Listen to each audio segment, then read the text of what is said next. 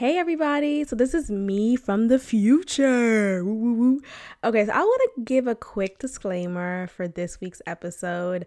I recorded this episode literally a day after the event that I am talking about in this episode when you guys hear it. And I'm fresh off of my emotions. I'm reactive, and though my feelings are valid, I like to validate my feelings. Now that I am speaking from the future, I have a better understanding of the circumstance that I'm describing. And I just want to say this. I am privileged, maybe spoiled. And I'm not saying that with shame. I think oftentimes when we think of the words privilege and spoil, we think of it as a negative thing. And I'm not here to shame myself for that. I'm not blaming anyone, nor should I be blamed for how I was raised. I just have a different experience. I'm not these hood rat bitches, like, and no offense to hood rat bitches, but I don't know what it's like to be on the streets. I don't know what it's like to have to fend for yourself. Praise God. And, my heart goes out to those who had to live that way, but I didn't. So my experience is obviously different. So I'm saying all this to say, I feel like now that I have, so just another update really, for the episode that you're going to hear me talk about my housing status and whether or not I want to stay in my current housing situation. And I've decided to stay. Here's the update. So I've decided to stay in my current housing situation because it makes more sense logistically, financially, and for the plans that I have for myself and the big goal that I have for myself. And you'll know more about it in the episode. So I say all this to say, bear with me. I kind of, when you record something or when you react to anything and it's impulsively and it's real and it's raw and it's out there, a day later you sober up and then you realize, oh, maybe, I wouldn't say I overreacted, but maybe now I have a better understanding, and man, I can't believe I reacted so raw, And so I think the way I am, and on this podcast, I have given you guys full access, VIP status, bitch, okay? Card only beyond this point, to my life, to my feelings, to my experiences. And I would, there's been so many episodes where I would talk about a nigga and how I'm in love and how he's the one and I really think this is it. And then the next episode, I'll be like, y'all, I ain't heard from him since. Like, it's really like this. Okay, I am here to tell you the differences and the realities of raw emotions, raw experiences. And so take a listen. Thank you again for tuning in. And this is me from the future. Woo!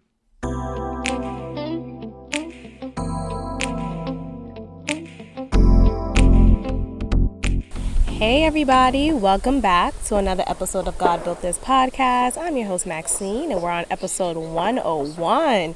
And we are in nature, baby. This is a remote recording because I decided to step outside, and not just any old outside, but a nature trail park is where I'm at as I'm recording this episode.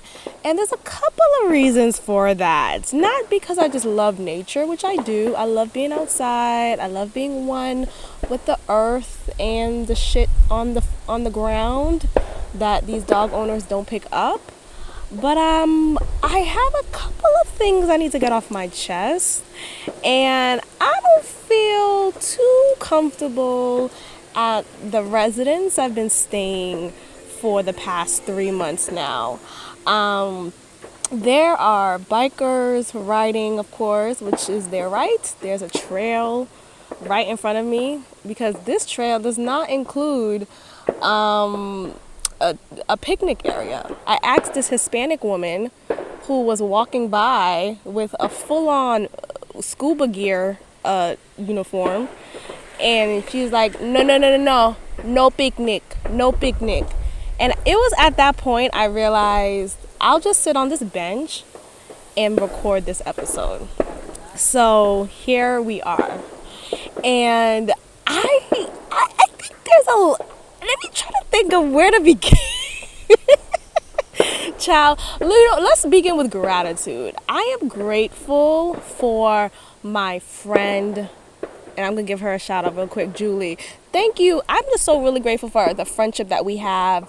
This is a quality friendship that I've been yearning for since I've moved to Houston. And it's so funny how I am gaining that and embracing that with a friend of mine who I've known for many, many years. So I'm just grateful for our friendship. And I'm grateful for the clarity that I am now feeling after the 13th of November was somewhat of a disaster for me. Now, I'm not the type of person who is so or at all superstitious. Like, I don't really care about, oh, it's the 13th of the month and it's a Friday, woogly woogly woo. Like, I really don't give a fuck about any of that. I was in New Orleans just a couple of weeks ago, the weekend of Halloween, and I wasn't scared of anything. There was nothing to be afraid of because I am the fear, okay? I'm the walking fear, and you guys may be hearing the wind. Oh, here we go. This is beauty. This is just beauty, y'all. It's okay. It's okay. But I'm not afraid of much. I'm really not. Like, I'm not afraid, like, scary thing. Ooh, look at that woogly little.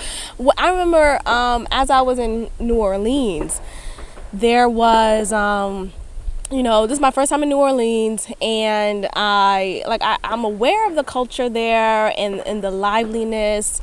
But it was my first time actually experiencing it. So during the Halloween weekend, of course, people are wearing costumes. And there was one costume in particular, someone was wearing, this guy, I don't know if he was a he, she, or queer, or just a really tall, skinny man dressed as a clown. But he was really dressed as a clown. Not just any old clown, but like the It clown, the clown from It.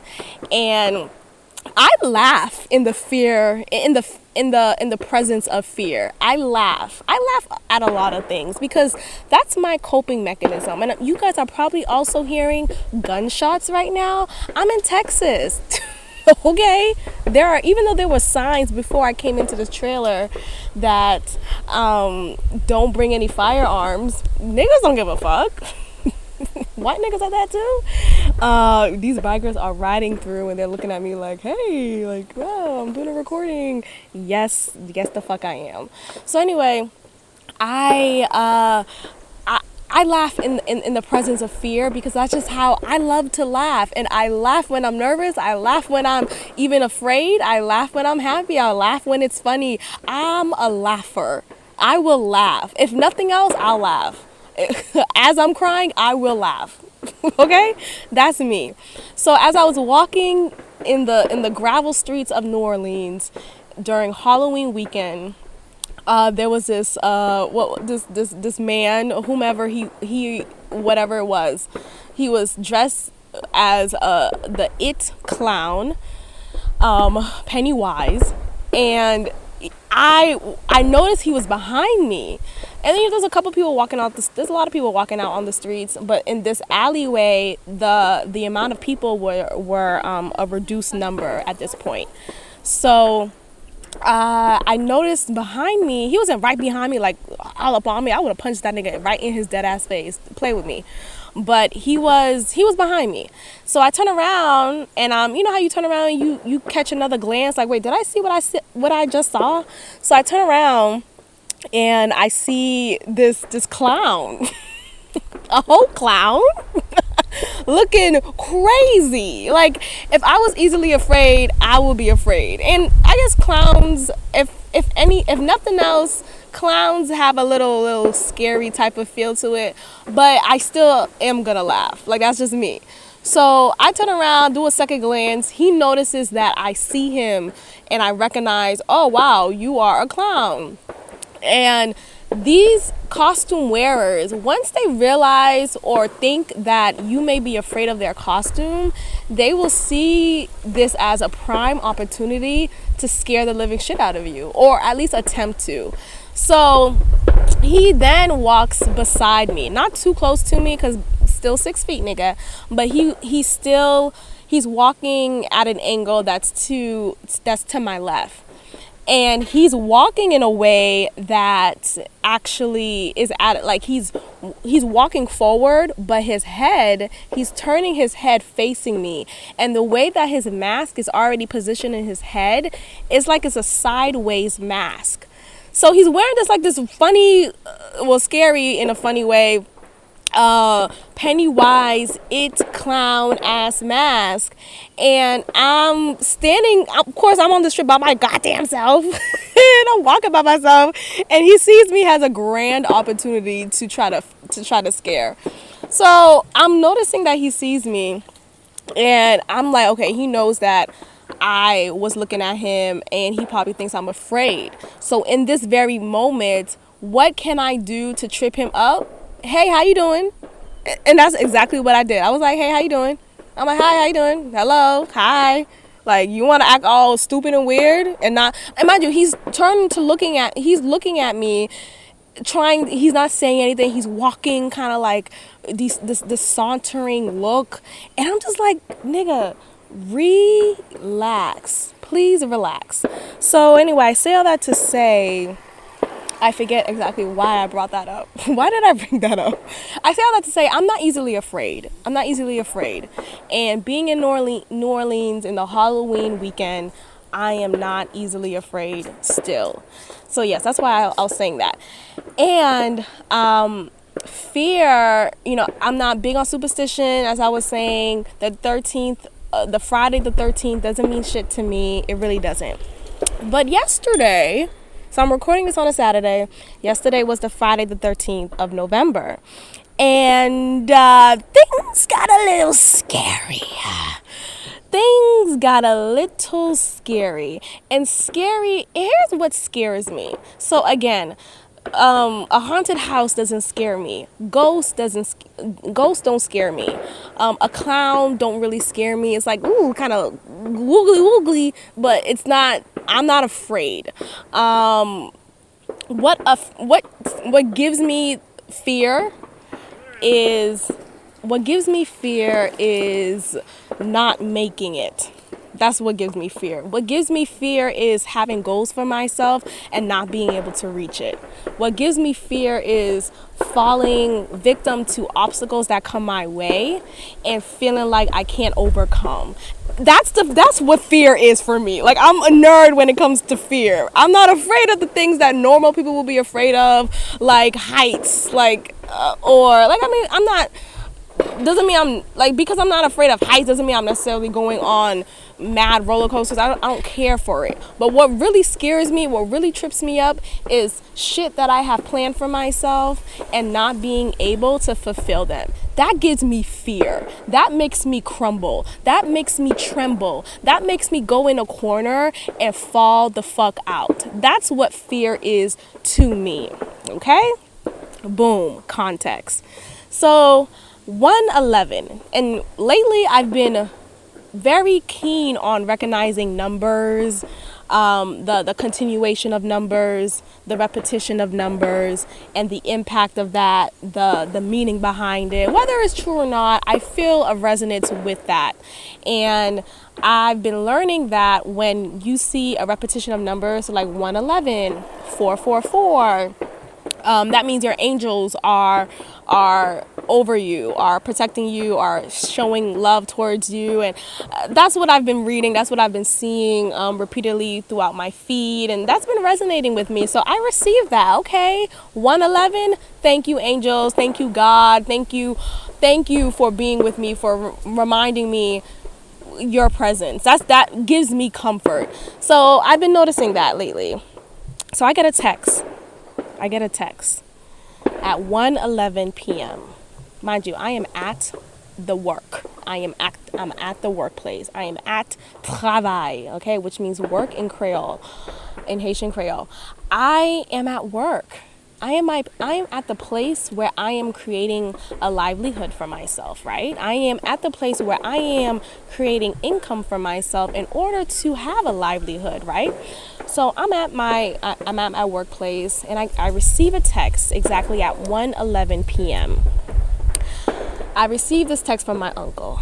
And for those who may not know, because I didn't really talk about it on the podcast, many people know who's in my life in real life know that I've been living at my uncle's house for the past it's a little bit into the third month of me staying there.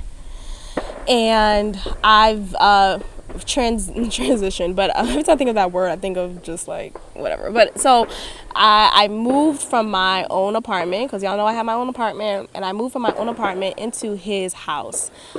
And the reason why I did that is to save money to pay off any debt, so I can become a first-time home buyer.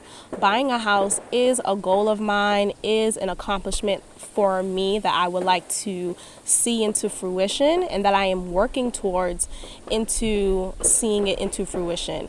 So it is something that is very, very important to me. It's an emblem of success for me.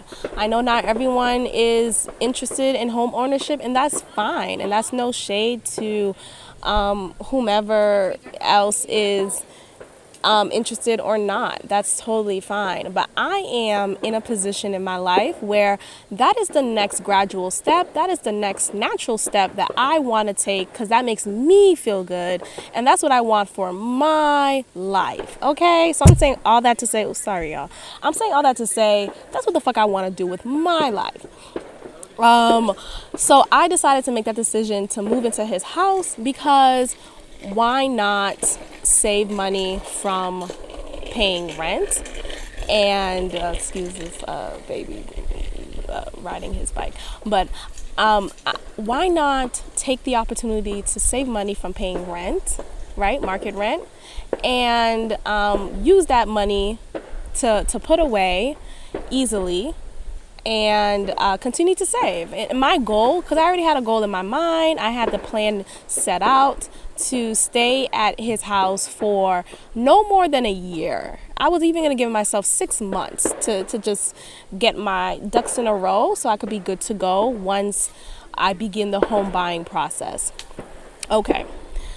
When I first moved to Houston, Texas, I actually resided with him because he opened his doors to me.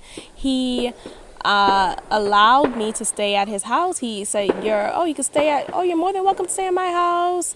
And he opened his doors for me to do so. So I was like, you know what, let me go ahead and do that. When I moved here, as you guys know, it was in a rushed way. But it all happened in the time that it was supposed to happen. I believe that, and I know that to be true.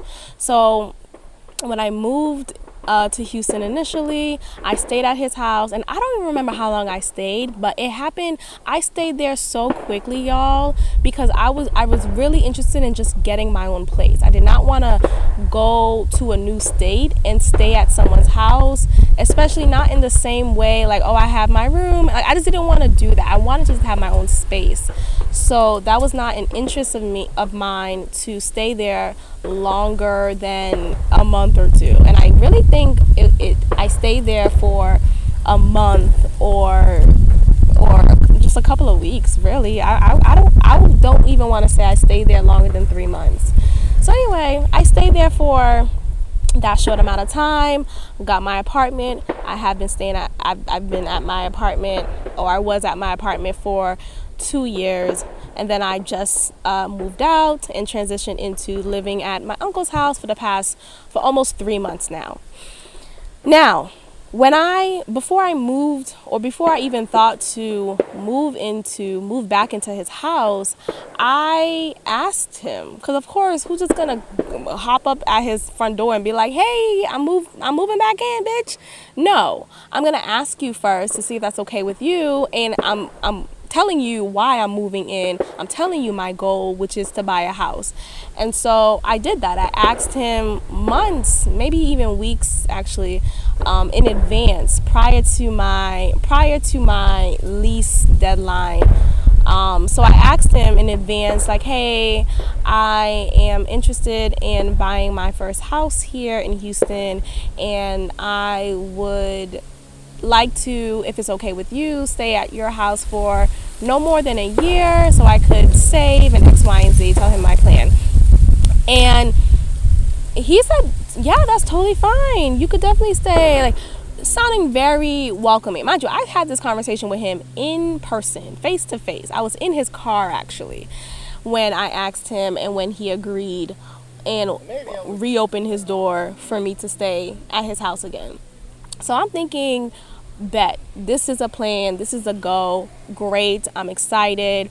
Yes, I'm mourning the loss of my own apartment, but sometimes you gotta let something go in order to get something greater, right? I'm doing all that talk to myself. I'm prepping myself up. I'm feeling good about it because this is what I ultimately want for myself, is to have my own house. Okay, that means a lot to me. So I've been staying there, right? So I've been staying there. Now, let's talk about the week prior to me packing up my stuff and moving into his house. Okay, let's talk about the week prior. I let him know in advance that I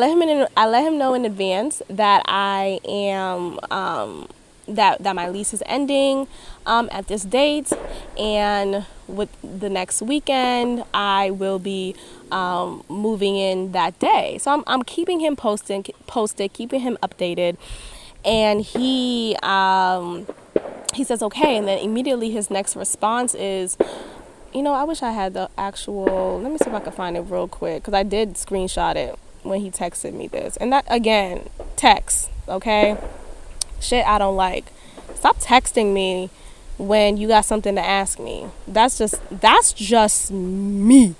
I feel like some conversations, maybe all conversations should never happen over the text message. If anything, give me a voice note. Don't text me. But that's just me. Fine, whatever. So I get a text from him. So he responds to me telling him that I'll be moving in at this date. He responds and says, okay, I have it right here. All right. So I let him know, hey, I'll be moving in at this date, and this is I'm just letting him know the time I'll be moving in. So he responds. He didn't even say okay, actually. So he responds and he says, I will not be home early. I will not be home that early, but if you call me, I will show you how to get in. Also, we need to talk and decide a few parameters, like how long are you anticipating staying? What would your monthly contribution be? General house rules, and so on. So at this point, I'm like,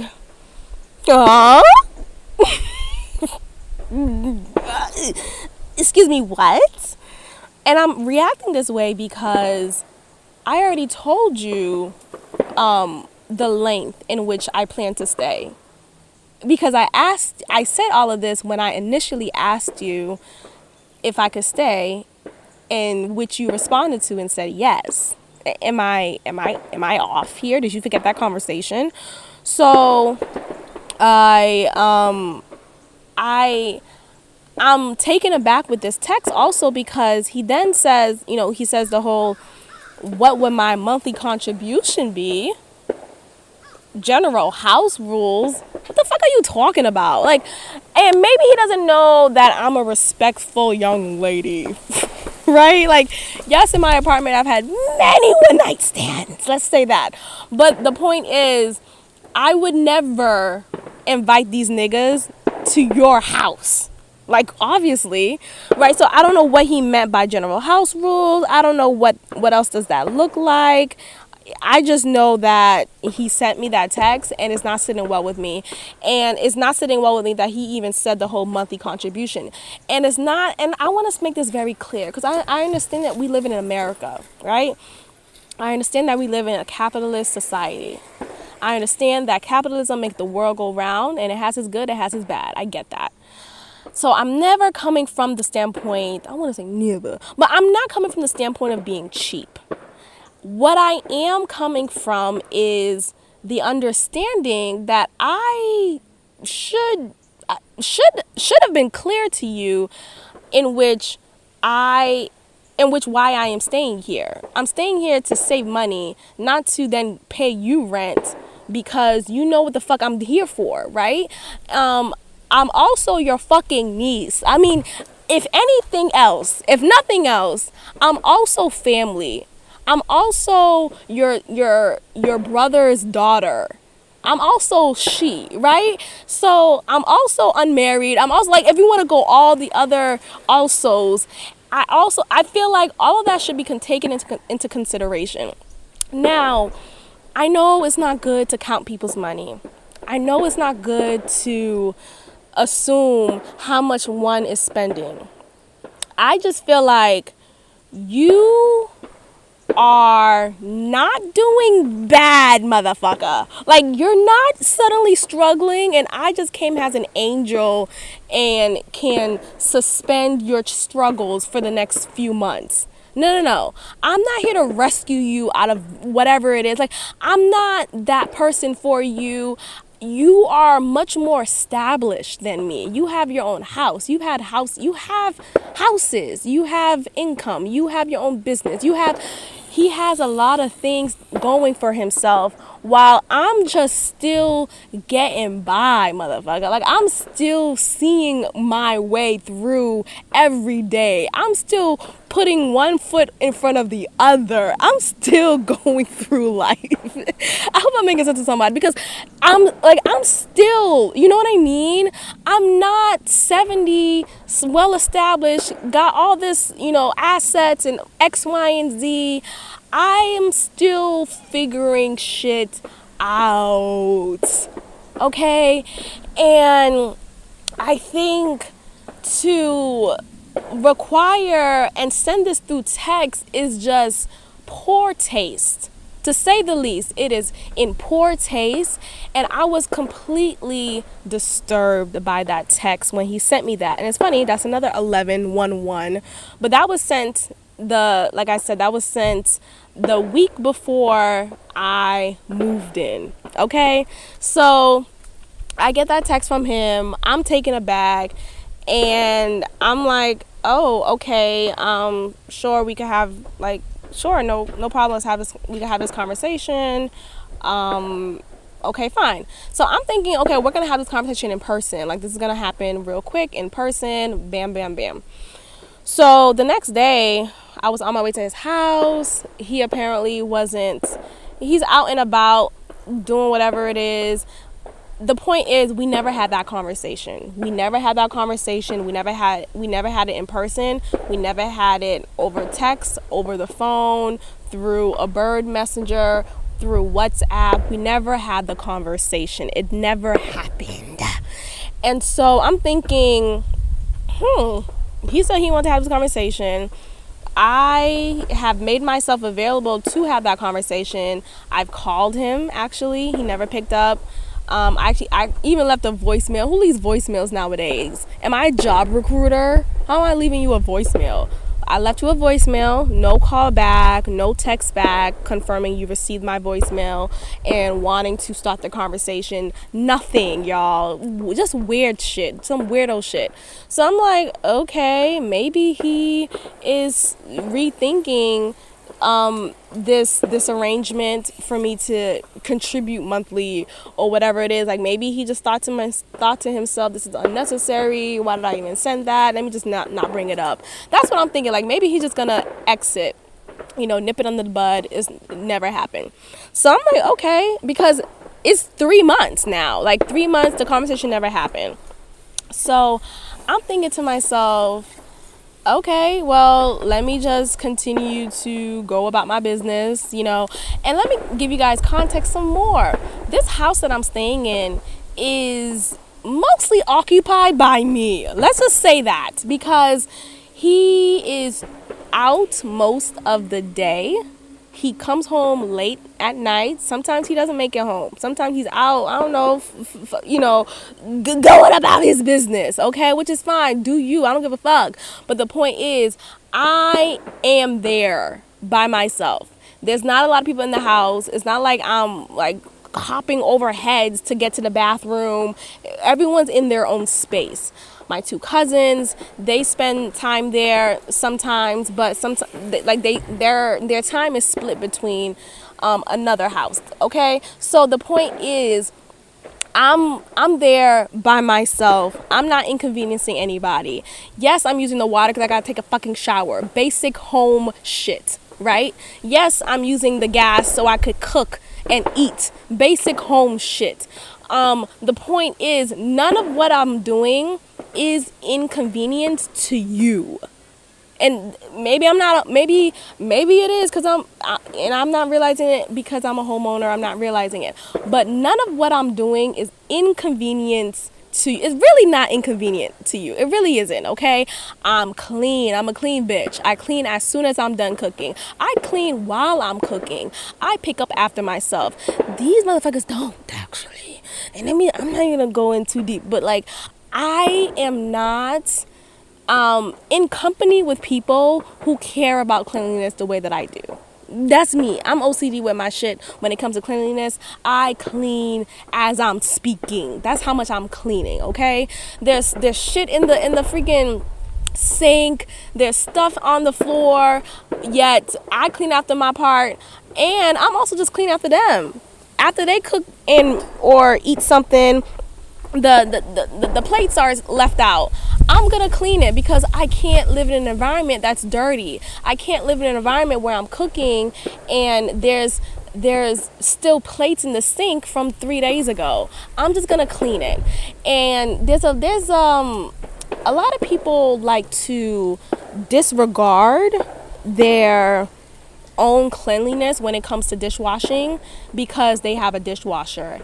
And I'm here to tell you, you still need to wash your dishes. That's what this is a message for somebody out there who refuses to wash their dishes because they have a dishwasher.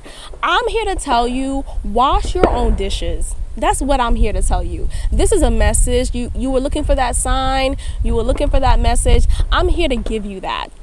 So I am cleaning up these motherfuckers. Like, I'm cleaning after you. Okay, fine. I'll clean. No big deal. Cleaning makes me happy. It makes me clear-headed. I could do it. I'm not complaining. I walk around with a good-ass motherfucking attitude. I am grateful. I'm walking around with a grateful energy. I'm well-intentioned. When I cook enough where if you wanted some, you could go ahead and eat some. You know, I'll let you know, hey, I just made something if you want to eat it. Like, I announce the foods that I finished cooking. I am generous with that. I say all that to say, I'm a damn good house guest. Okay, you want me as your motherfucking house guest. You want to sign up for me to be your house guest. I am the house guest extraordinaire. If you want to know how to be a house guest, you ask me, how can I be a good house guest, Maxine? And I will write you a whole pamphlet. That's how fucking good I am, okay? So, beep, beep, toop, toop, just harping my, pulling my button, all of, whatever. I'm giving myself the kudos that I need. So, 3 months, I don't get a text from him. I don't get a conversation from him.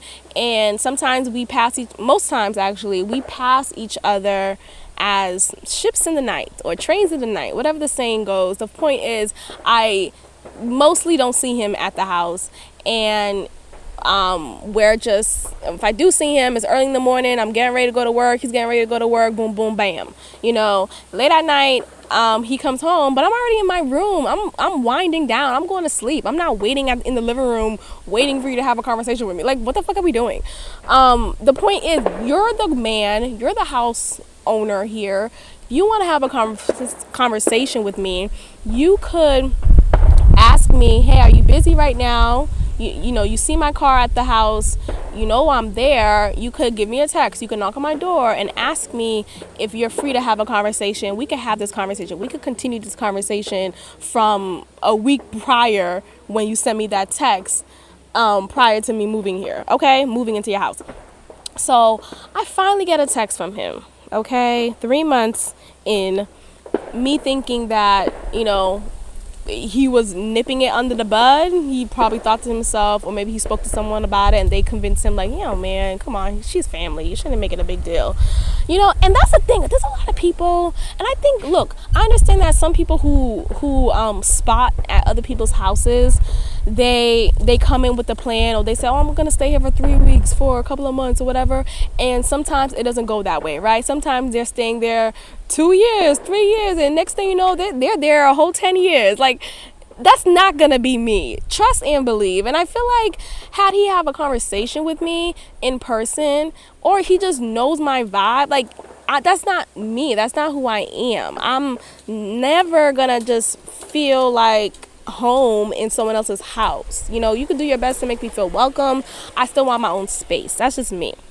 So maybe that was what his concern was, but the thing is with him, he's just so in his own world, in his own head, that he doesn't spend time. Like, I'm the one having conversation or making conversation. I'm the one making small talk, and y'all know I hate small talk, but I at least say something. He's never the type to be like, hey, how's your day going, or how's it going at your job, have you been, how's it been going with with virtual learning, teaching, all this stuff. Like, he doesn't care. He doesn't care to get to know me. He doesn't care. And it hurts when I was realizing this the first couple of weeks when I removed, when I moved back into his home. But I also just like, you know what, let me just go about my business. I'll stay in my room. It is what it is, whatever. But I just didn't feel that hominess that I would like to feel. Well, okay, fine. So anyway, fast forward to yesterday when I got a text from him. I'm gonna read everything verbatim, y'all, because November 13th, I'm not really into the whole Friday the 13th stuff, but this must have something to do with the superstition, because my God. Okay, so I get a text from him, 1:11 p.m. I am at work. And you know me, I'm always dealing with anxiety. Anxiety is just sitting right at the door for me. So here's a text, verbatim. Dear Maxine, already some bullshit, right? Who sent a text started with a Dear Maxine? Is this a letter? Did you forget your stamp? What the fuck is this? So he sent me the text. Dear Maxine, we were supposed to have this conversation back in August before you moved in, but neither one of us seems to have time to sit and talk, which is a lie. Let's stop right there. Okay? We were supposed to have this conversation in August. Okay, sure. Because you didn't send me the text. The initial text that I read to y'all, that was sent September 11th. That's not August. So maybe he's just getting his months wrong, but that's wrong. But August, maybe he's referring to August being that was the time when I asked him if I could move back in. That was probably around the time. So probably, I'm not too sure. So anyway, I asked him. So yeah. So he says that we were supposed to have this conversation back in August, but before you moved in. But neither one of us seems to have time to sit and talk. So that's wrong, because time doesn't mean shit. And I'm saying that to say, a lot of people like to use the excuse of, oh, I don't have the time. I can't. I don't have enough time to do this. I don't have time, blah, blah, blah. You make time for what you want, right? You don't have to do everything in one day, right? But you pick out the things that you want to get done in the day that you have before you. You pick out your time. You use your time wisely. Everything is intentional. Whether we recognize it or not, everything is intentional. So this time that he is referring to as being the reason why we haven't had this conversation prior to me moving in is a lie. Survey says that's a lie. So I'm already perturbed, because that's not true. You could have made, and I've tried to have this conversation with you. I've called you. I've actually went over his house a couple of times, and he didn't come back home until much later than I was planning to be there, because I gotta drive back to my apartment, which is 45 minutes out from his house, and get ready for my next day of work. Like, I don't have time to just sit around and wait for you to finally come back home, and you're not giving me some clarity or a time frame in which you'll be back. Like, he just goes about his business, which is cool. You're an adult, but understand that I am impacted by your time when you are referring to this conversation that we were supposed to have a while ago. So, okay, I had this conversation. So he says this, but neither one of us seems to have time to sit and talk. So again, he could have said, well, let me call her back. Let me call her back. Let me send her a text to come over, and then we'll have a conversation face to face. There's so many ways. There were so many opportunities for us to have this conversation prior to me moving in. It's really no motherfucking excuse. Like, stop. So, okay, let me continue. So, but neither one of us seems to have time to sit and talk. Basically, I applaud you for what you are trying to do, which is saving money to buy your own house, and I will do whatever I can to help you reach your goal. I want to say literally every sentence I've read so far is fucking bullshit, because that's another motherfucking lie. What are you talking about? First of all, when anyone wants to give you a compliment or applaud you for, why are you applauding? What is this an orchestra? Did I just finish doing a violin set? Was there a symphony playing behind me? Why are you applauding right now? What? When you start off a compliment with basically, you've already lost me. You've already lost me. Why are you complimenting someone? Basically, I like your t-shirt, but those shoes, I don't know. Like, that's what it sounds like to me. Who starts a compliment with a basically? It's the words, use them. So basically, I applaud you for that. Okay, really? You applaud me for my goal to buy a house? Really? Because I would have never figured he's never had a conversation with me about his applause. He's never had a conversation with me about his admiration for this goal that I have. He's never had a conversation with me to assist me, as he's saying, oh, and I will applaud you for what you are trying to do, which is buy your house, and I will do whatever I can to help you reach your goal. How? How can you help me reach my goal? And how can you do whatever you can to help me reach my goal if you've never had a conversation with me about how I can help you to reach your motherfucking goal? Am I on crack? Is there something in the air? Is it the water that's polluted? What is it that I'm suddenly getting support in, but there was never a conversation for? Okay, so you mean to tell me I'm just supposed to feel super comfortable to ask you for help because you will do whatever you can to help me reach your goal, but you've never even had a conversation with me about my motherfucking day? How am I supposed to feel this level of comfort that you're portraying? This is a lie, and this is the bullshit I'm talking about with niggas, and I'm saying niggas, and I gotta keep on saying that. When I say niggas, I'm talking about men and women, platonic, family, romantic. It's just niggas, people. This is the noun, okay?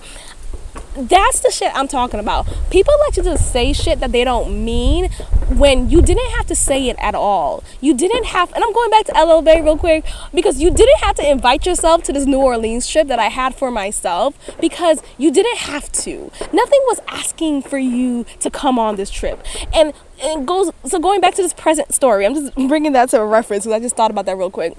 But nothing had to be said. Like, you didn't have to say any of this because you didn't mean it. Say what you mean and mean what you say. That is the only request. We don't have to be beefing.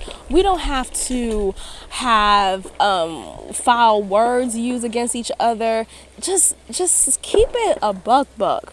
Can y'all keep it a buck for me? That's just me. Maybe I'm just wired different. All right, let's move on. However, so let me just read back to the previous text. Basically, I applaud you for what you are trying to do, which is saving money to buy your own house. And I will do whatever I can to help you reach your goal. However, you reaching your goals cannot be at an increased expense on my part and you not shouldering any responsibilities. My God of Nazareth, my God of Jerusalem, Jehovah Jireh, Yahweh, Alpha and Omega, Yahshua. What else? Y'all? What else? Jesus, in the name.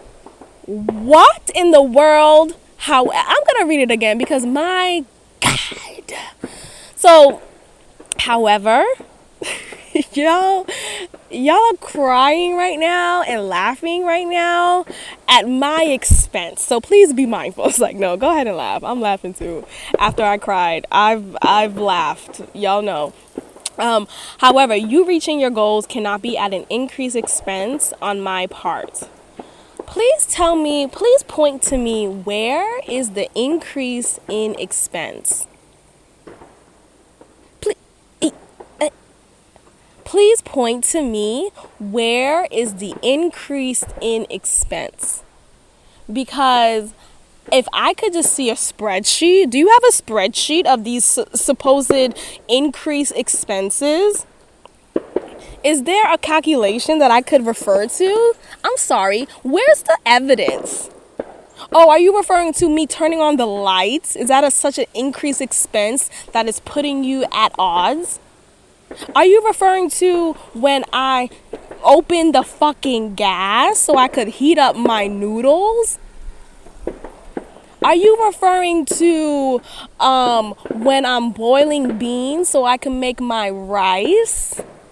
What is the increased expense are you referring to that you feel so much so is a burden on you that I need to be shouldering any responsibility? What? Is this biology? Why are you guys talking about shoulders? I don't get it. It's not a big deal. I feel like it was not a big deal. What I'm specifically saying is not a big deal is this text, this supposed increase that you feel is a big deal is not, because all I do is stay in my room. I am literally staying in my room. I am staying in my lane. I am always in my own space. I'm not bothering you. Nigga, I don't even see you. Literally, I don't see you. You know, people say that metaphorically, oh, I don't see you. I'm in my own lane. No. I really don't see you. It's really, I don't, are you over there? Are you to my left? I don't see you. Are you here? Is it forward that you are, or is it backward? I don't see you. Okay? So, I don't see you, yet there's an increased expense. I would like to see the numbers. Show me the numbers. Okay? It gets better, y'all. I hope that you do know that you living here does cause an increase in expenses. I'm telling you, every motherfucking sentence is dumb. It's dumb. Because I hope that, so he's knowing that I'm probably thinking to myself, nigga, what the fuck are you talking about? Because increase in expenses. So he's saying expenses. Oh, I'm saying, okay, never mind. But expenses, because I immediately thought expenses like, you know how you spend stuff on food, groceries is an expense. That's what I think expenses is. So he didn't point out bills. So I don't know if he isn't considering, I don't know if my light, turning on the light in my room, in the room that I'm residing in. Let me not say my room anymore. I don't know if that's expense, but anyway, I think it's all just money, period. The point is, I hope that you do know that you living here does cause an increase in expenses. No, I actually, I hope that I don't ever receive a text like this ever in my goddamn life. That's what I hope. Not I hope if I realize, where's the expense? Where's the increased expense? Okay, so let's move on, because there's more, y'all. My God. Normally, this is still through text, motherfuckers. This is still through This is through text. This is a text message conversation. It's not even a conversation. It's a text message letter. You're sending me a letter through text. Okay. He then says, normally, comma, gotta use a comma, right? Normally, the first 90 days, I usually leave contribution purely voluntary and on a goodwill basis. Okay, I'm gonna pause right here. Because what the fuck you mean by normally? Is this a hotel? Is this a shack? Do you have tenants coming in and out? You don't have tenants. So what is it that you're referring to as normally? Who the fuck is at this house? No one else is here. What is there another tenant here that I'm not aware of? Okay, niggas, I gotta pause real quick, because every second there's bikers, of course, riding through, because I'm literally in front of the biking trail, because there are no picnic tables, according to that Hispanic woman who said no picnic tables. I was like, okay, all right, we got it. So I'm on this bench, this swingy bench, and I'm facing the trail, and niggas could see me. Obviously, we're outside, and the trail is right in front of me, and every time they drive by, they're looking at me like, oh, interesting.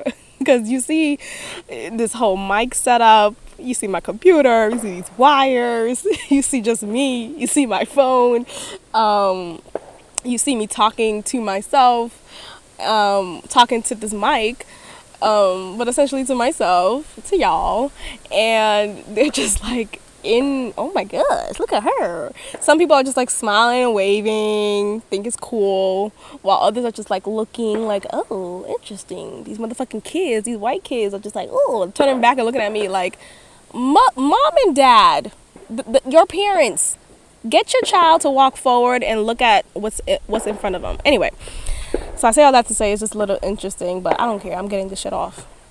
Yeah, I'm getting this motherfucking shit off. Okay, so normally the first 90 days, I usually leave contribution purely voluntary and on a goodwill basis. Okay, so, nigga, what the fuck are you talking about? Normally 90 days? So, what? Is this a contract? I didn't sign a contract with you. I did not sign anything. There was nothing signed. There was no legalities. All of this 90 days. I usually, I'm just like I'm at a loss. So next he says, but at the end of the first 90-day period, mind you, it hasn't even been 90 days, motherfuckers, and I will tell you the amount of days I've stayed there so far. I will tell you that in a moment. I start requiring at the end of the 90, actually maybe it has, because hold on, let me see. I start requiring contributions at the where is it? But at the end of the first 90-day period, I start requiring contributions at the rate of, here comes a drum roll, $750 per month for the next 6 months. Okay, y'all, I'm just gonna go ahead and read the whole thing, because I'm almost done. So let me just finish. Claps your chest, your necklaces. But at the end of the first 90-day period, I start requiring contributions at the rate of $750 per month for the next 6 months. After that, the rate is increased to $1,000 per month. In your case, beginning on December 1st, I would expect a payment of $750 each month until the 1st of May 2021. On or before May 15th, 2021, we reevaluate. Please let me know if you have any questions or concerns with these arrangements. Y'all, I think at this point, I thought to myself, let me tell you at this point, after I read that point of the text message, let me just say this. After I read that point in the text message, motherfuckers, I thought to myself, do I take the match and burn the house all the way to the ground now? Or do I do it 2 days from now so it won't seem too obvious? That's what I was considering in my head. When do I burn this motherfucker down? When is the appropriate time to burn this motherfucker down? Please tell me when, okay? I mean, I said a lot there. That was the end of it. And I said a lot there, and there's still more to unpack. And so let's see where we could continue. So let's talk about the 90 days. The 90 days. I moved there September 12th, okay? So that's Saturday. That's a Saturday. And the 13th, the 19th is a whole full week. So let's count it off. So that's 1 week, 2 week, boom, 14 days. The next 21 days, right? If I'm doing everything correctly. Look, I don't want to do the whole math right now. The point is, it has not been 90 days. And I think he's saying 90 days because maybe by December 1st, it'll be a 90th day. The point is, I don't give a fuck. How about that? How about I just don't give a fuck about your 90-day period? This is not a damn tenant law form that I signed off at. This is not a legality that we agreed upon. No, you were supposed to have this conversation with me prior to me moving in, not while I'm already moved in, 3 months into it, and now you want to text me talking about $750 is required a month at the starting next month, and after $750 it'll be increased to $1,000. Nigga, you giving me an increased rate? Is this inflation? Like, what the fuck? Why am I here then? I might as well go back to an apartment style living. You know, like, that's the point. That's where I'm coming from here. And I think this is all, I hope there's understanding from you guys as listeners, because I really do not want to come off as cheap. I really don't. I'm not mad at paying my way. I'm mad at the communication style. I'm mad at this expectation said at such a late point. I'm mad at the inconvenience of it all, because I was under the understanding that, okay, well, bitch, I'm just going to be here until I'm out, because you never made it clear to me that you wanted anything out of this. You never required anything out of me. So I just thought, okay, off of the strength of me being your brother's daughter, you'll do this off of that, right? I'm not a motherfucking stranger. Right? I'm not some nigga off the street who's trying to just get a break out of life. You know what I mean? Like, I'm not someone who's trying to con you out of it. What? I'm telling you my goal. I'm telling you why I'm here. I'm telling you all of this. And yet I just feel like there's no compassion. There's no understanding. I'm not breaking your back. There is no increase that I've been staying here that accumulates to his expectation of me paying $750 a month for a room.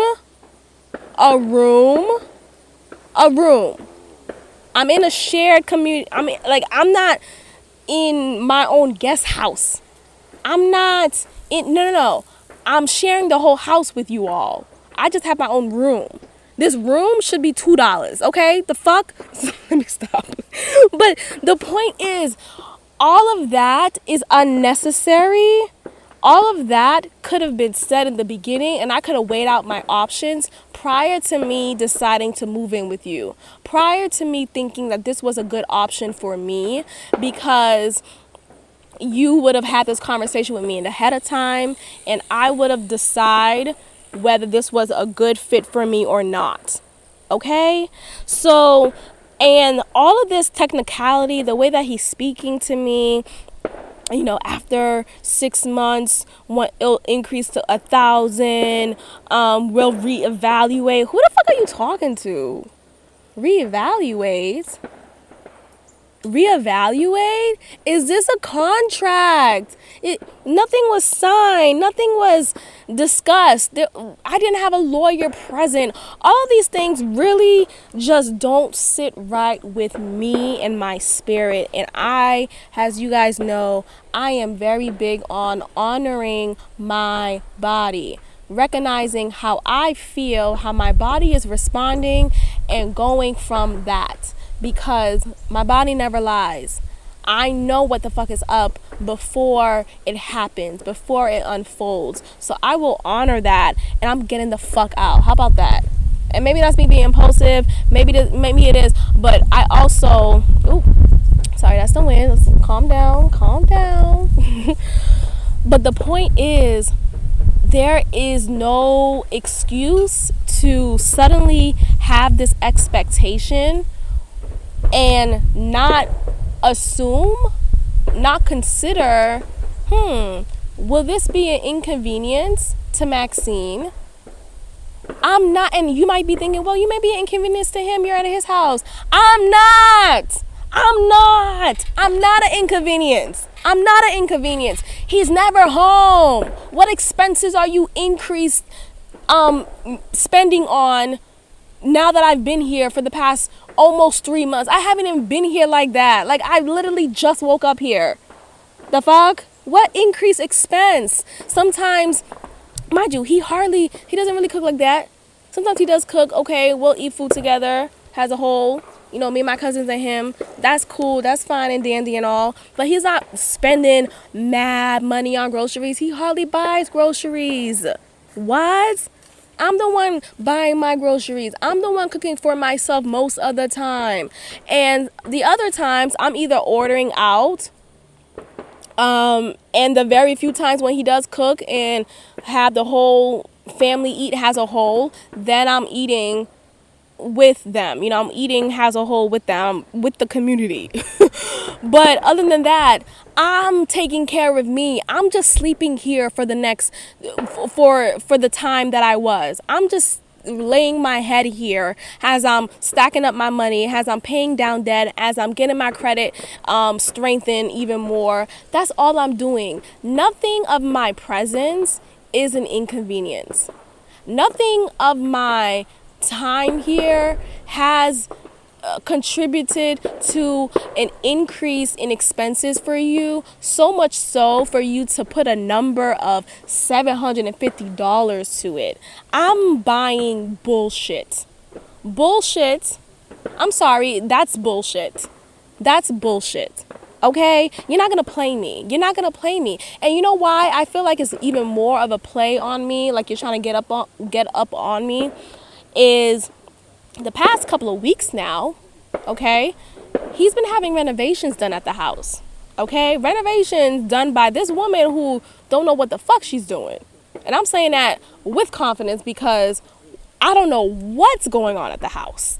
Like, at one point, I thought it was just the kitchen being renovated, but now it's the dining room, yet the kitchen's not done yet. Now the dining room has something going on. Now it's the foyer, and yet that's not fully done, but there's mad stuff in the middle of the entrance because we're moving things around.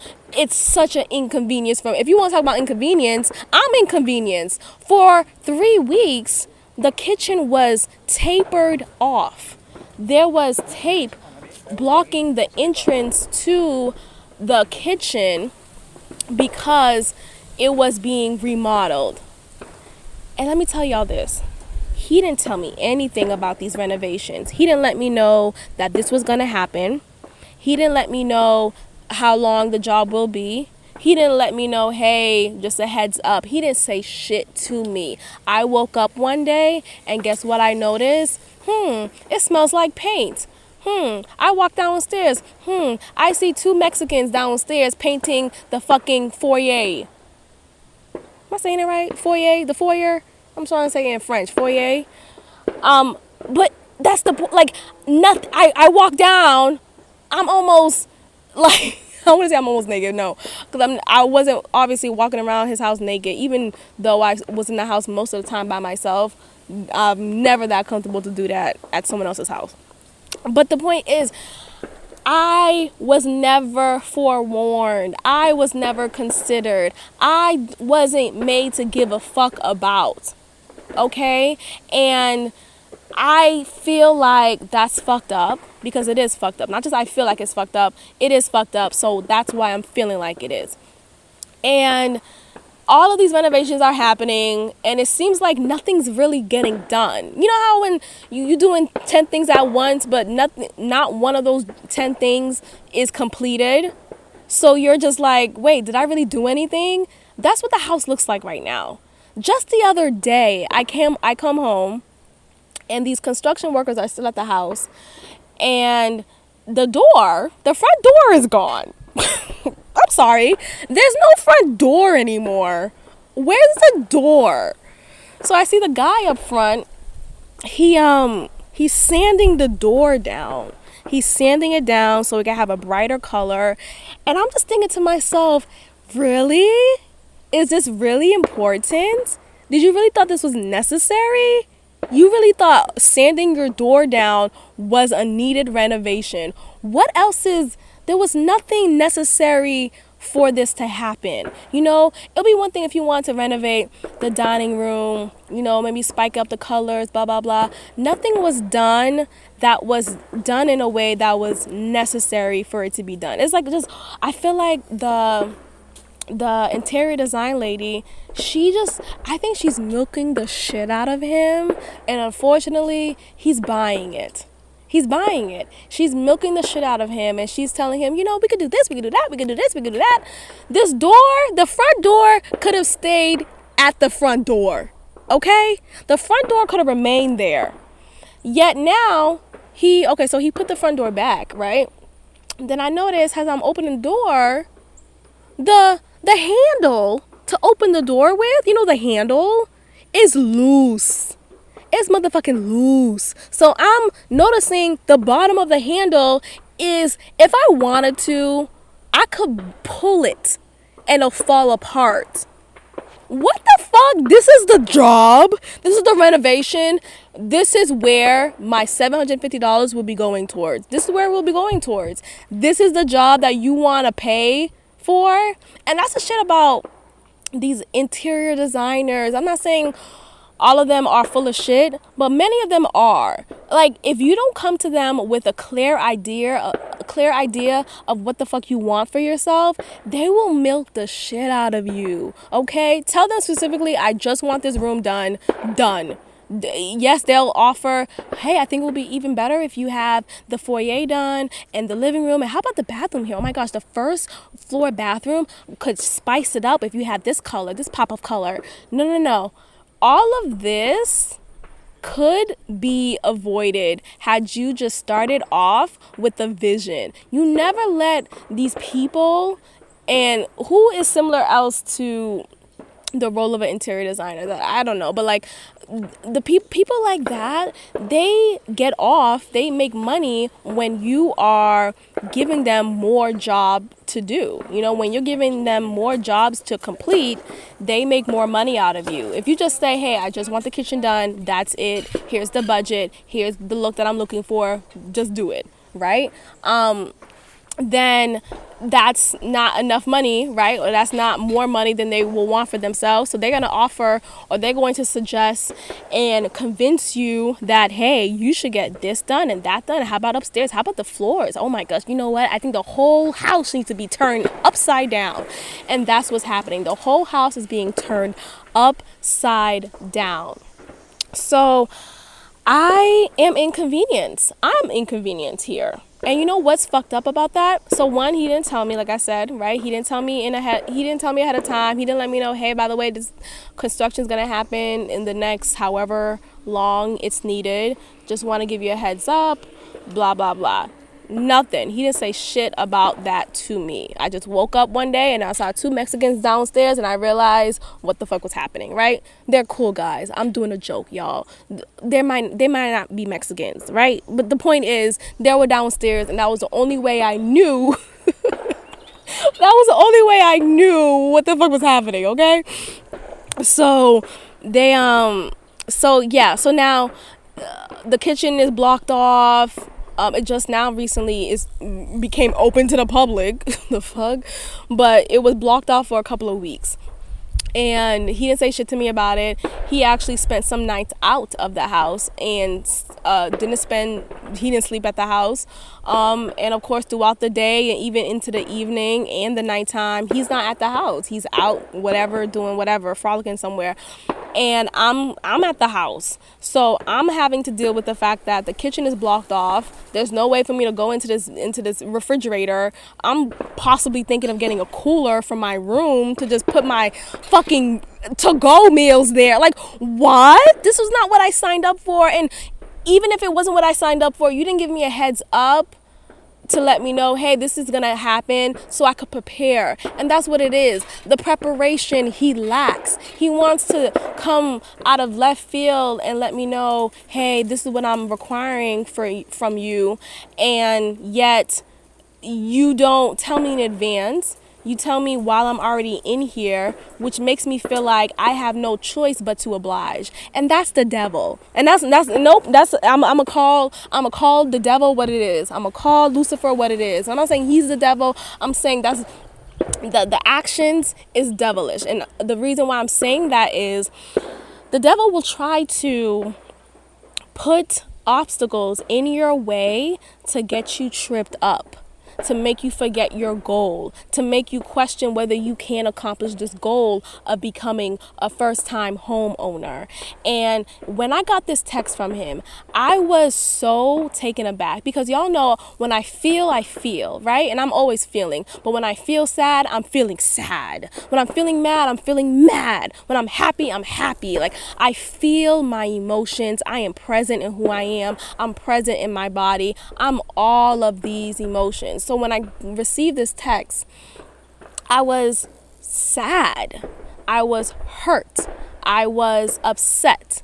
I was feeling overwhelmed, because I'm thinking to myself, wait, how can I still put aside the money that I've been putting aside every paycheck to save, while paying down debt, while paying my own personal bills, and still having money left over and doing what I need to do to get by, getting gas, getting groceries for the meals that I cook, whatever it is. Now I got this fee that I have to pay, this fee that is unreasonable, this fee that should have been said from the beginning, so I could have agreed or disagreed to it and planned and behaved accordingly. You know what I mean? So I'm feeling all these emotions and I'm getting so overwhelmed. And when I'm in my emotions, I'm in myself, I'm in my body, I'm in who I am. So I'm feeling all these thoughts. I'm feeling all these thoughts, and I'm feeling sad and overwhelmed about it. So I'm really upset. I reached out to my friend. I reached out to Julie, and thankfully she's just a real quality friend. And I was thinking to myself, why? It's so cute. I was thinking to myself, why would you do this? Like, why would people do that? Like, why would you suddenly trip me up? And it's just, I think to myself, that's just a part of life. Like, like every time there will be obstacles that come my way. There will be doubts, self-doubts too, but doubts from other people, stuff said from other people, um, actions from other people that I can't control, that will come my way, that will serve as an obstacle, that will serve as a distraction, that will serve as a deferment from me fulfilling my dreams. And I want to get into this quote from Langston Hughes that I have a poster of at my job, and it's right on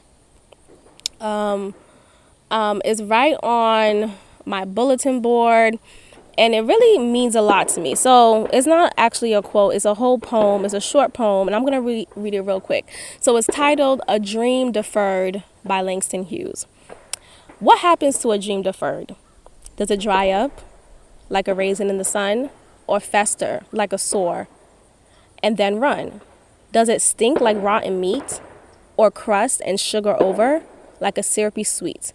Maybe it just sags like a heavy load, or does it explode? And the reason why this poem resonates with me is you think about your dreams, right? These big ideas, these dreams that you've been harping on for however long, these goals that you have for yourself, the smile that comes over your face when you think about the plans that you have for your life, the plan that you see God has for your life as well, right? You think about these things, and when we defer them, right, when we put them aside, when we put a pause on them, what then happens to those dreams? What then happens to those goals? What happens to the life that you wanted for yourself that you decided not to explore or see into fruition anymore? What happens to that dream? And that's a question that I'm sitting with, and that I was sitting with when I received this text, because I was feeling like, man, maybe I can't get this dream. Maybe I can't see this dream into fruition. Maybe I can't. And I was feeling sad about that, and I was getting afraid of that. I was fearing that possibility of it not happening. And that's what I'm afraid of, ladies and gentlemen. That is what fear looks like to me. Not in the scope of a clown, not in the scope of a haunted house, in the scope of not fulfilling the dream that I have for myself, in the scope of deferring my own dream.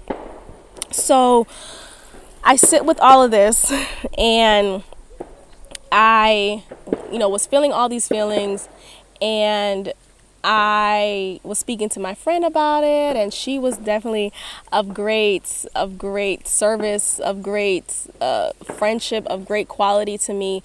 And I was also picking myself, like her words picked me up, and her words reminded me of who the fuck I am, right? I think sometimes we all need these reminders. Like, I know sometimes, we get these these distractions, and we forget who we are, and we forget our worth.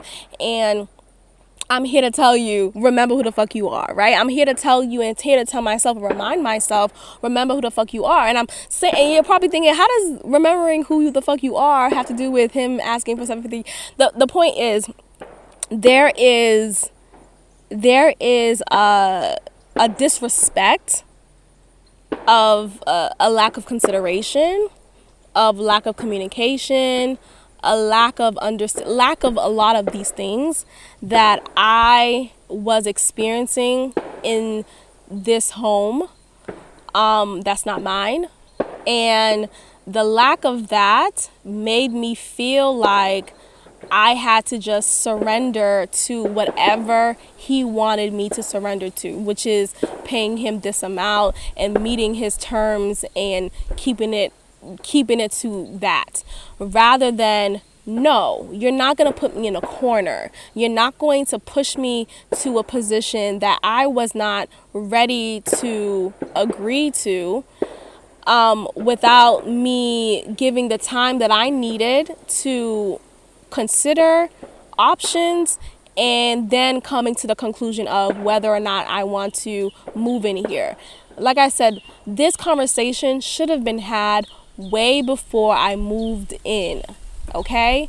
And the lack of time excuse is an excuse, is bullshit. And I will not tolerate it. And I will not tolerate this, because I was initially thinking like, okay, well, I guess I'm just gonna have to agree to it and find a way to just still find, I'll give him the money, and I'll still put money aside to pay for, the stuff that I need to pay for myself. While no, no, I'm not doing it. I'm not fucking doing it. I'm not doing it. So you may be thinking, then what the fuck are you gonna do? It's like, no, I do know. I do have my thoughts in order, and I'm just so great. I think, just to God be the glory. Can we just sit there and give God praise just real quick? Let's just give God the praise that he deserves, because I don't think we give him enough praise, right? When I tell you I was in such a heaviness yesterday when I received this text, and the hours, like, it took me 5 hours to finally respond to his text. And I responded to his text, y'all. Let me just tell y'all what I said. And I'm gonna tell you right now, he didn't respond. He hasn't responded since. So I say to him, hi, uncle, I would like if we can negotiate for my payment to be $500 instead of $750, because I was thinking, you know what, at least five. Honestly, I don't want to pay anything, but let me at least negotiate with you, because you're not going to just tell me what the fuck it is. I'm an adult. I get to decide if this is the best option for me. I'm not your child. I'm not a child, and I'm not going to just accept whatever you give me. No. And if that means me moving out, if that means me packing my shit and going, then that's what the fuck it means, right? So, and that's more into of what I was saying just a moment ago, of remembering who the fuck I am, because I am an adult. I am capable of doing whatever the fuck I want to do for me, for the life that I want for myself, for the life that I am cultivating for myself. So your sudden request, or not even request, your sudden expectation that's really a mandate is not going to then make me forget who I am and what I deserve and what I want and need for my life. That's not, I don't care. No, we're not doing this. I have money that I have saved up. I have resources that I can use and get what the fuck I want, right? So anyway, I was like, let me see if we can at least negotiate. Like, we're two adults here. Let's negotiate to see if we can come to this even ground. I feel like, really, you shouldn't be charging me anything, like I said.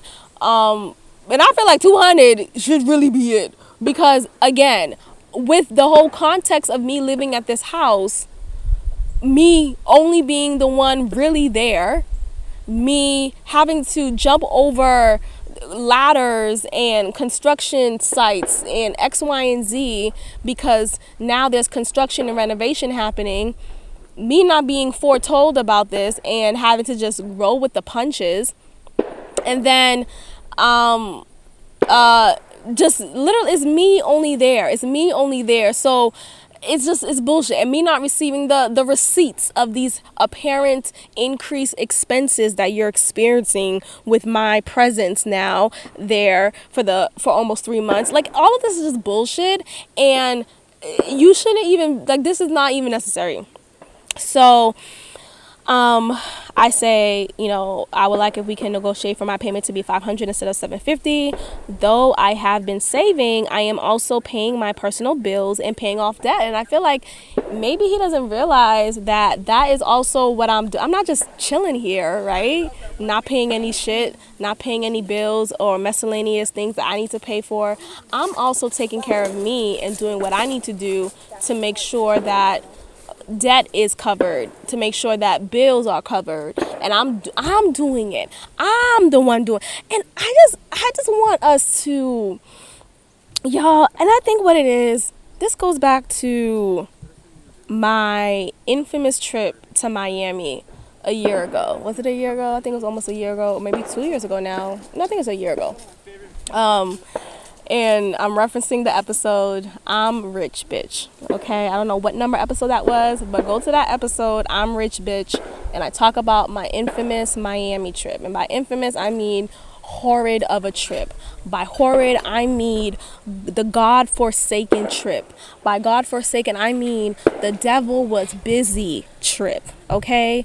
In which led for the breakdown and demolition of a fake friendship I had with someone.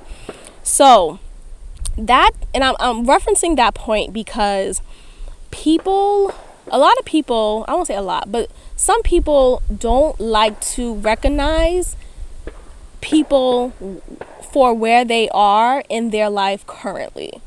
Okay?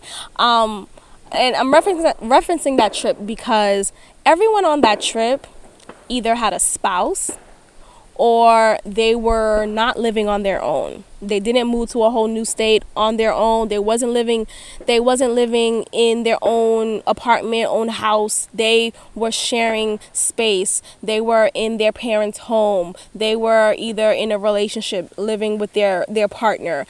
The point is, excuse me, not one of them was single like me. And single, not just in a relationship setting, but single in I singularly live by myself, like, so at that time. So not one of them considered that. So when I presented alternatives to certain activities, and when I said, hey, I won't be able to make this activity, but I can make the other two or whatever, no one, most of them, except the two only other girls who I was connecting with on that trip, no one, including the bitch, let me stop. I need to practice forgiveness, but including the soon-to-be bride on that trip, considered my singularity. No one considered, hey, Maxine isn't making bank yet, right? I'm still fresh into this whole adulthood at that time of paying my own rent, paying my own way, taking care of myself. Like, it's literally on me. I don't have a sugar daddy. I don't have niggas who I could just call on and be like, could you pay for my groceries this month? I don't have that. And to God be the glory, because I don't want to be reliant on anyone who I need to somewhat dismantle my integrity for in order to get 250. Like, it's not worth it. So I say all that to say, a lot of people don't, or some people don't consider other people's circumstances, and they just expect for you to somehow make it to every activity, even though me attending to this activity is gonna continue to hurt my bank. You just don't give a fuck because it's your bachelorette weekend. It's fuck your bachelorette weekend. Damn, I'm still tight about that shit. God damn. To God be the glory. Sorry, Lord. But you know what I mean? So, and another thing. So, like, and there was one, and I already talked about it on that episode. Again, I'm referring to I'm Rich Bitch. Go to that episode if you're not familiar.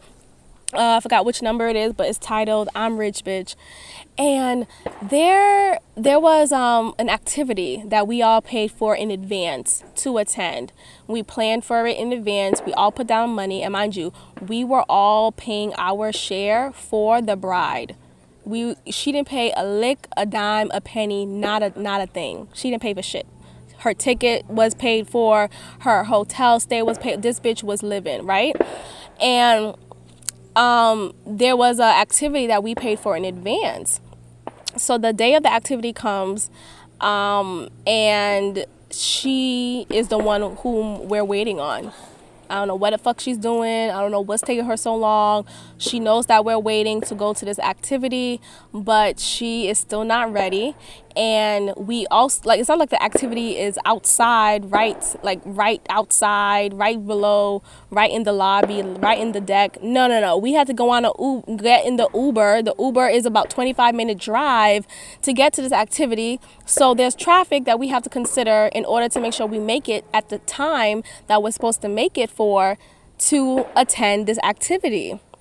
So long story short, we ended up not making the activity. She didn't leave. She wasn't ready in time. And we couldn't get a refund. It was last minute. You can't get a refund. You lost your money. So she says, so she realized, she's like, oh, okay, well, okay, no big deal. Let's just do something else. Let's do something else. And she says it so flippantly. She said it so flippantly. Everyone else was clearly upset. Like, I could feel the energy in the room. Everyone else was like, damn, I just lost $70, or, and the money that we put down for her for this activity. We all lost the money. Oh, excuse the wind. We all lost the money. And she was so flippant about it. I spoke up and I was like, no, it's not. It is a big deal. We lost money. We lost our money. And I said that. I said, it is a big deal. We lost our money. And again, the room is quiet. I'm the table shaker. Clearly. I'm not even trying to be the table shaker. I'm not even trying to be the one messing up the vibe. I'm just telling you, what the fuck are you doing? You're inconsiderate, you're selfish, and you're being a bitch. That's what you are. So I said that. Nobody says anything. Nobody agrees, even though I know y'all niggas agree with me. Nobody says anything. She just dismissed what I said, and the conversation just changes. And I live with the fact that, oh, I lost this amount of money and you don't give a fuck. Great. So all of that to say, some people don't consider your circumstance. And I reference that because I think about my situation with my uncle, him expecting for me to foot him this fee is inconsiderate, because I am doing everything on my own. And I'm going to pull the chivalry card, because it'll be one thing if I was a man. It'll be one thing if I was a man living up in your house, eating your food, right? I'm not even eating your food. I'm eating my food that I bought for myself, right? I'm eating my food that I offer you time and time again, but you never take anything of. You never say, oh, that was really good, Maxine. I love how you make the chicken. Like, he never shows any interest of me. And it's just like fucked up. Like, what the fuck? So anyway, he doesn't give me, like, there's no consideration, there's no thought, there's no compassion. And that's what I hate about some people when they do that. Why don't you care about someone outside of yourself? Like, I promise you, the reason why he's footing me this last minute rate is due to his botch of renovation job that's happening at the house. Okay? His botch renovation job. Lord, it is an hour and 28 minutes into this, and I just only talked about this. There was more I wanted to talk about, but this just might be the episode, and I feel like releasing this early to get this off my motherfucking chest. But I do have my next steps in order. I'm not gonna say it yet. I do like talking everything in the process, because that's how I am. I hate when people surprise you with, oh my gosh, I'm now a 1,300 acre homeowner. And it's like, okay, but how did you get there? You just living in a shack. Like, can you walk me through your process as you're in it? I like when people tell me what's going on as it's going on, not as soon as it's over or months after it's over. Like, just keep it a buck. That's just how I am. So, but I'll tell you afterwards. But I am keeping y'all in the loop, because I'm telling you the process in which I'm going through. And I ultimately, what I just want to say is, never let people put you in a corner. Okay? Never let people put you in a corner. Never suddenly do something that you didn't plan to do, that is not befitting to your budget, that is not befitting to your what you could do at this moment in time.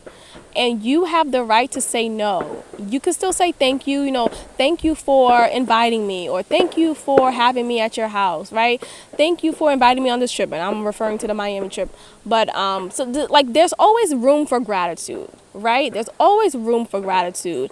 And in that gratitude, there's room to be like, fuck you, I'm leaving. Okay? Fuck you, I'm out. Fuck you, I got it. But thanks. Fuck you, but thanks. Fuck you, but thanks. So, again, remember who the fuck you are. This is just the work of the enemy. This is just the work of the devil. And I woke up this morning feeling very reminded, okay? Very reminded and trusting that I serve a God who is victorious. I am the daughter of a king. I can, I will, I shall. These dreams will not be deferred. They will be fulfilled. They will be seen into fruition. They are in due time, in due season. My time is here. My time is now. And I can still get what I want. Period. Okay? Period. So let's go ahead and end it here. I want to thank you all for listening, for bearing with me, for listening to this episode, even though this is a remote episode, as I said at the beginning, and you were hearing gunshots throughout this hour 31-minute recording. But God is good. Hallelujah. All right, y'all. I'll check in with you all next time. Thank you for tuning in to another episode of God Built This Podcast with your host, Maxine. Be sure to leave a review, give me 5 stars, and of course, subscribe. Also, follow God Built This Podcast on Instagram at God Built This Pod. God bless.